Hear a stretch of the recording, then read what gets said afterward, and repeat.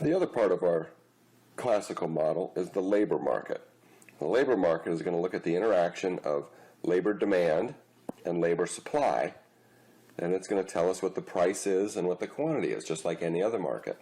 Now the trick is, when we're looking at the labor market, things are a little backwards from what we're used to. So let's look at labor demand first.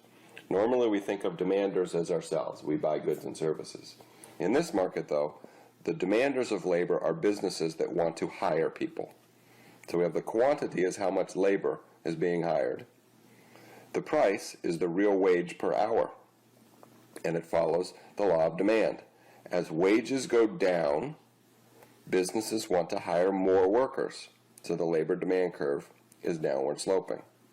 Anything which affects how much labor businesses want to hire is going to affect labor demand.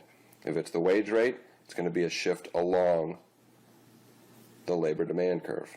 If it's anything else, say the demand for goods and services being produced, it's going to be a shift of the labor demand curve. The other part of the market is labor supply. Now this is us. We supply labor to the market. Workers do. And when we look at real wages, an increase in real wages increases the number of workers that are willing to work, and so the labor supply curve is upward sloping. Anything else that affects the amount of work people want to supply, say cost of childcare, cost of transportation to your work, the taste for leisure, something like that, is going to shift the labor supply curve, and we'll talk about that here in a minute. You put the two together, you have labor demand, labor supply, you get equilibrium, and in this picture we'll have equilibrium at a price of $15 and labor of 7,500 units being supplied. Now what does that mean when we look at the long run? Well, again, in the long run we said that wages and prices are flexible enough to always get to equilibrium. So we have a labor demand curve, we have a labor supply curve, we're always going to be at equilibrium.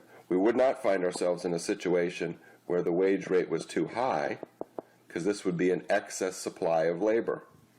Under those circumstances, we would expect wages to fall, and we'd get to equilibrium. We also wouldn't expect to see ourselves in a position where wages too low. Here you'd have an excess demand for labor, wages are going to rise. So our assumption for classical models that wages and prices fluctuate get us to equilibrium in the labor market.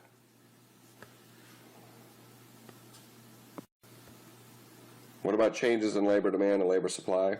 Well, suppose something happens that increases labor demand. Just like any other market, you're going to go from one equilibrium to the next. An increase in demand increases the price. In this instance, it increases real wages, and it increases the quantity. Here we're going to have more people working. Labor supply, if there's an increase in labor supply, it's just like any other market. An increase in supply decreases the price and increases the quantity. Here we would see a drop in wages and an increase in the quantity of labor.